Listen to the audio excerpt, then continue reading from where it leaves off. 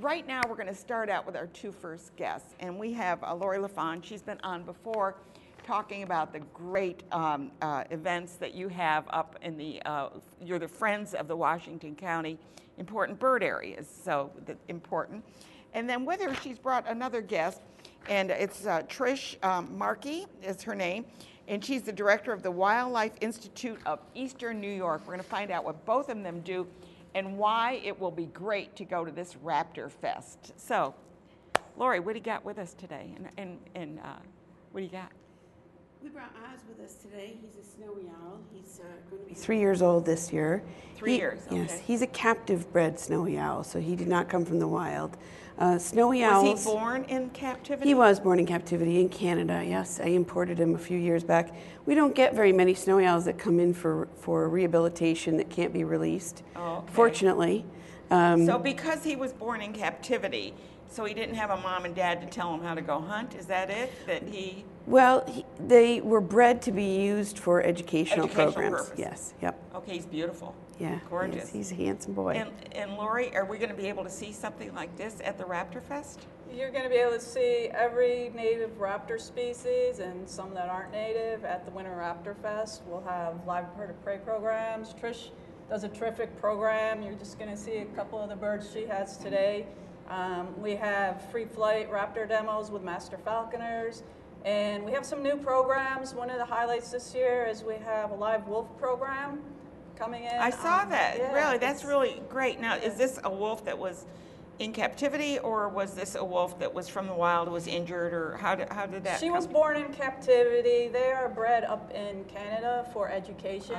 So the guy that breeds them actually asked the director of Adirondack Wildlife Refuge to take her because the other siblings had died. So she got her about 4 weeks old. She's totally imprinted on humans. She thinks humans are her pack, and she's great for education. She's a great ambassador for the wolves. It's really great. Now, is it my understanding that you can breed a wolf with a dog? Is that you hear about that? Is that something that is ever done, or do you know? Yeah, I've seen wolf hybrids. They have a 3/4 timber wolf, 1/4 Malamute. Okay. Hybrid. Oh, Malamute. That's what they breed with. Yeah. Interesting. So let's see. We're talking about the falcons and the raptors today. So what are you going to show us today, Trish? Well, we're going to show you Oz, who is, like I said, he's a 3-year-old snowy owl. And when snowy owls are young, they have a lot of black spotting on them. The females keep their black spotting, but the males lose it every year. When they molt, they get a new set of feathers. They lose some of their black. They don't lose all their feathers, just some of them. They lose all of their feathers, but not all at the same time. Well, I hope not. Yeah, they lose a little bit at a time, and he's fiddling around there. You might see him panting a little bit, and that's because it's a little warm in here. He's fairly comfortable on his perch there, but for him, a warm summer day is about 40 degrees. Okay. And it's warm in here with the lights and everything. And I noticed that his feet have a lot of fur on them. Or not fur. Feathers, yes.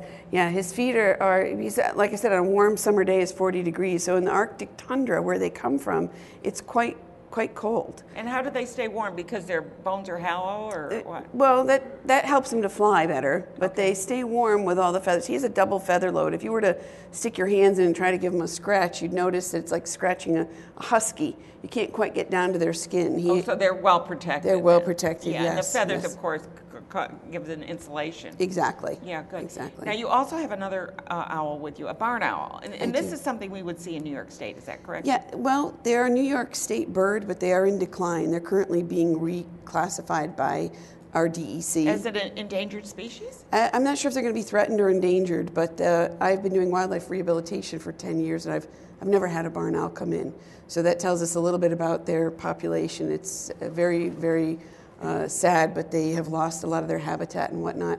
So we don't have very many of them left. Is it the habitat, or could it be the pollutants in the grain and things that are causing Not so much that. I would think it would be more of people poisoning mice and rats, and also and then they eat the rat. Exactly, secondary poisoning, and also habitat loss. We're building shopping malls and housing developments where we used to have farmland. So now, these are guys these have birds lost it. carrion eaters, or do they prefer Typically not. Typically they're going to go after live They're prey. going for wild, Yeah. because which would get them a little healthier, perhaps. This year they probably are going after carrion because the conditions have been so bad that the raptors are really suffering. All the wildlife are suffering right now. Because of the snow, so much. The snow and the covered. cold, and it's made it difficult. The owls and other raptors can hear the mice underneath the snow, but they can't get to them when the snow's this deep. Yeah. Okay, and now let's see the barn owl. What are you going to do with that? I'm You're going to take your mic off? I'm going to take him off. I'm going to let you do that, and I'll talk to Laurie a little bit while you Sounds get set good. up here. Okay. The Raptor Fest, where is it so people can get out there and enjoy it?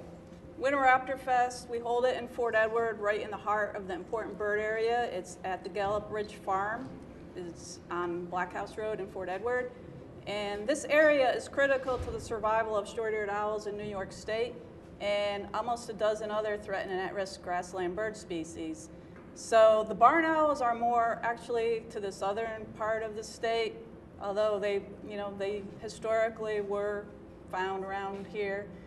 But the short-eared owls, this area in Fort Edward primarily is critical to their survival.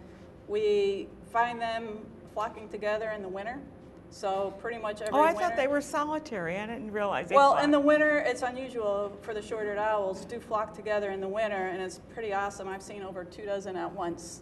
And they will come up more toward dawn and dusk, but they will come up and start foraging. So they're ground nesting, ground roosting, and we've seen them come up out of the hay and start hunting right in front of us. Oh, how exciting. It's incredible. And we have northern harriers out there, which are threatened. So last year we had people saying they saw snowy owls. It was a really great year for having snowy owls around. So they drove into the Winter Raptor Fest. They saw the habitat. They saw some of the birds like the snowy owl, northern harrier, red-tailed hawks are all over usually. So they got to see the birds, see the habitat. They also have an opportunity to sign up for an owl watch or a walk out in the habitat during the Winter Raptor Fest. We also do walks during the year.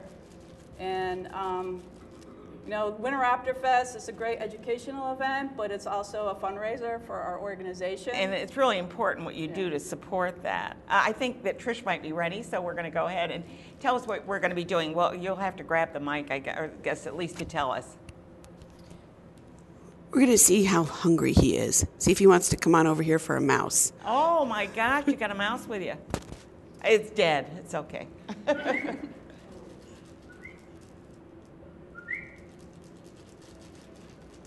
You're not going to cooperate? Come on, take a flight. No? Just too much going on here, Trish. He's thinking about it. You didn't starve him long enough. You're not. And get a shot of him anyway. Oh, what a beautiful bird. We can see him right there. Even if he doesn't fly, we've got a great shot of him. Look at that bird. Gorgeous, gorgeous bird.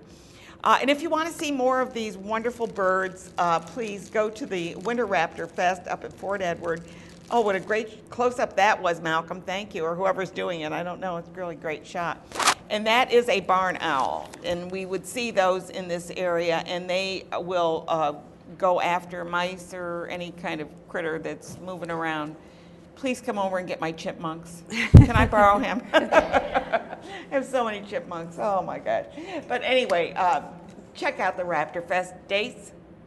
March 28th and 29th from 10 to 4 on Saturday and 11 to 4 on Sunday. And we hold this event. Our work is to educate people about these birds, and also we conserve habitat, and we do work in the community to help make sure that our work to conserve the habitat benefits the community. So a couple things real quick. We closed on our first land acquisition last fall, and in December we received a grant to create a grassland bird viewing area. It's called the Loftus Parcel. So we hope to break ground on that in the spring. We've got a lot of things going on, so we need your support. Come out to the Winter Raptor Fest, become a member, make a donation. We really depend on you to do our work.